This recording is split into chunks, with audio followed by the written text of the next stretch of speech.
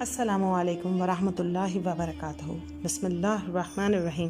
قبر کا بھینچنا۔ رسول اللہ صلی اللہ علیہ وسلم کا یہ فرمان سیدہ عائشہ رضی اللہ عنہا ان الفاظ میں بیان کرتی ہیں: قبر تو ہر ایک کو بھینچتی ہے، اگر کوئی اس سے بچ سکتا تو وہ سعد بن معاذ رضی اللہ عنہ ہوتے۔ عذاب برزخ کی شکلیں۔ حضرت سمرہ بن جندب رضی اللہ عنہ عذاب برزخ کی تفصیلات کو مندرجہ ذیل الفاظ میں بیان کرتے ہیں۔ جناب رسول اللہ صلی اللہ علیہ وسلم اکثر اپنے صحابہ کرام رضی اللہ عنہم اجمعین سے دریافت کرتے تھے: کسی نے کوئی خواب دیکھا ہے؟ تو جسے کچھ بیان کرنا ہوتا بیان کر دیتا۔ ایک صبح رسول اللہ صلی اللہ علیہ وسلم نے خود ہی بیان فرمایا: آج رات میرے پاس 2 فرشتے آئے تھے، انہوں نے مجھے جگا کر کہا چلیے، تو میں ان کے ساتھ ہو لیا۔ ہم ایک آدمی کے پاس پہنچے جو لیٹا ہوا تھا اور دوسرا آدمی پتھر لیے اس کے پاس کھڑا تھا۔ وہ پتھر مار کر اس کا سر ٹکڑے ٹکڑے کر دیتا اور پتھر لڑکتا ہوا دور تک چلا جاتا۔ وہ بھاگ کر پتھر اٹھا لاتا، اس کے واپس آنے تک اس آدمی کا سر پہلے کی طرح ٹھیک ہو جاتا۔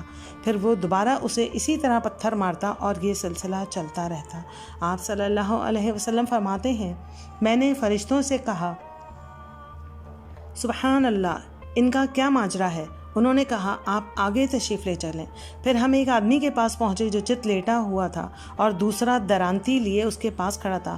پہلے وہ اس کے ایک طرف کے جبڑے، آنکھ اور ناک کو گدی تک چیرتا تھا اور پھر دوسری طرف بھی ایسا ہی کرتا۔ جب وہ درانتی والا دوسری طرف سے فارغ ہوتا تو پہلا حصہ ٹھیک ہو چکا ہوتا اور یہی سلسلہ چلتا رہتا۔ آپ صلی اللہ علیہ وسلم نے فرمایا کہ میں نے دریافت کیا سبحان اللہ، ان کا کیا معاملہ ہے؟ فرشتوں نے کہا آپ آگے تشریف لے چلیں۔ اس کے بعد ہم ایک تنور کے پاس پہنچے جہاں بہت شور تھا۔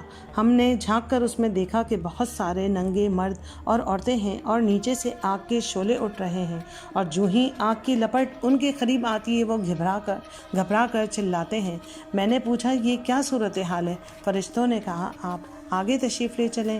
چنانچہ ہم ایک دریا پر آئے جس کا پانی خون کی طرح سرخ تھا۔ ایک آدمی اس میں تیر رہا تھا اور کنارے پہ دوسرا آدمی بہت سارے پتھر جمع کیے بیٹھا تھا۔ تیرنے والا تیرتے تیرتے پتھروں والے کے پاس آ کر اپنا منہ کھول دیتا اور دوسرا آدمی اس میں پتھر بھر دیتا تھا۔ پھر وہ تیرنے چلا جاتا، بالآخر وہ اس پتھروں والے کے پاس پلٹ آتا۔ ہر مرتبہ وہ منہ کھول دیتا اور دوسرا آدمی اس میں پتھر بھر دیتا۔ آپ صلی اللہ علیہ وسلم نے ارشاد فرمایا کہ میں نے فرشتوں سے پوچھا یہ کیا قصہ ہے؟ انہوں نے کہا آپ آگے تشریف لے چلیں۔ اس کے بعد ہم ایک بہت ہی زیادہ بدنما چہرے والے انسان کے پاس آئے۔ وہ آگ جلا رہا تھا اور ساتھ ساتھ اس کے ارد گرد دوڑ رہا تھا۔ میں نے سوال کیا یہ کون ہے؟ فرشتوں نے کہا آپ آگے تشریف لے چلیں۔ اس کے بعد ہم ایک گھنے اور بڑی بڑی گھاس والے باغیچے میں پہنچے جس میں موسم بہار کا ہر پھول مہک رہا تھا۔ باغیچے کے درمیان میں ایک لمبی قد و قامت کا آدمی تھا۔ لمبے قد کی وجہ سے میں اس کا سر بھی نہ دیکھ سکا۔ اس آدمی کے ارد گرد بے شمار بچے موجود تھے۔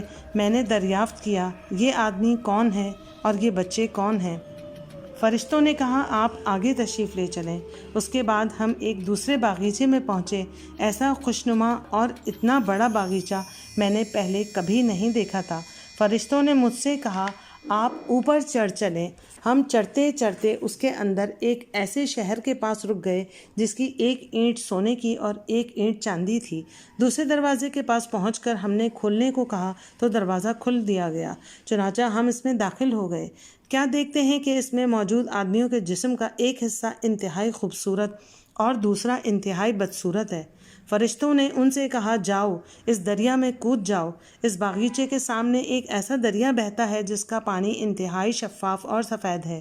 چنانچہ ان لوگوں نے اس دریا میں چھلانگ لگا دی۔ جب وہ لوگ واپس آئے تو ان کی بدصورتی دھل چکی تھی اور وہ بہت خوبصورت ہو چکے تھے۔ فرشتوں نے بتلایا یہ جنت عدن ہے اور وہ بہت اوپر آپ کا مقام ہے۔ آپ صلی اللہ علیہ وسلم فرماتے ہیں میں نے اپنی نگاہ کو بہت اونچا اٹھایا تو بادلوں کی مانند سفید اور شاندار قسم کا محل نظر آیا۔ فرشتوں نے کہا بس یہی آپ کی رہائش گاہ ہے۔ باقی اگلی ایپیسوڈ میں انشاءاللہ پھر ملتے ہیں۔ اللہ نگہبان۔